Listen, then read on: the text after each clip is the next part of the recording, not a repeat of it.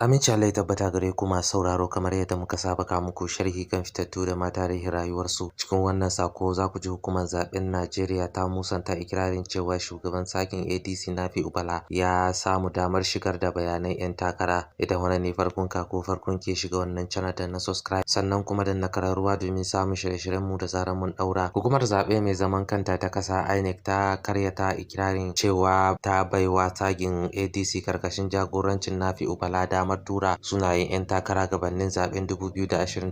Hukumar INEC ta musanta labarin tana mai cewa bata baiwa tagin Nafi'u Bala lambar shiga shafin tura bayanai 'yan takarar ADC ba. Jaridan Daily Trust ta rawaito cewa wannan rahoto da ya bazu a kafafen sada zumunta ya ikirarin cewa bangaren Nafi'u ya kammala loda sunayen 'yan takara a shafin INEC da ake amfani da shi wajen karɓar sunayen 'yan takara. Da aka tuntubi daraktan wayar da kan masu zaɓe da hulɗa da jama'a na INEC Mrs. Victoria ta bayyana cewa wannan ikirarin ba gaskiya bane. Ta jaddada cewa hukumar INEC bata amince da Nafi'u Bala a matsayin shugaban jam'iyyar ADC na ƙasa ba kamar yadda Vanga ta rawaito. A amsar da aka bayar a takaice, jami'ar INEC ta ce rahoton baiwa Nafi'u lambar shiga shafin tura bayanai 'yan takara ba gaskiya bane. Bincike da aka gudanar a shafin INEC da ke dauke da bayanan jam'iyyun siyasa ya nuna cewa har yanzu David Mark ne aka bayyana a matsayin shugaban jam'iyyar ADC na ƙasa. Haka kuma shafin ya nuna Rauf Aregbesola ne a matsayin sakataren jam'iyyar na ƙasa, wadda ke nuna cewa su ne jam'iyyar da INEC ta amince da su wajen gudanar da harkokin doka ciki har da mika sunayen 'yan takara. Lamarin na zuwa ne yayin da rikicin shugabanci ke ci gaba da dabaibaye jam'iyyar ADC, inda bangarori daban-daban ke ikirarin su ne halastattun shugabannin jam'iyyar kafin zaben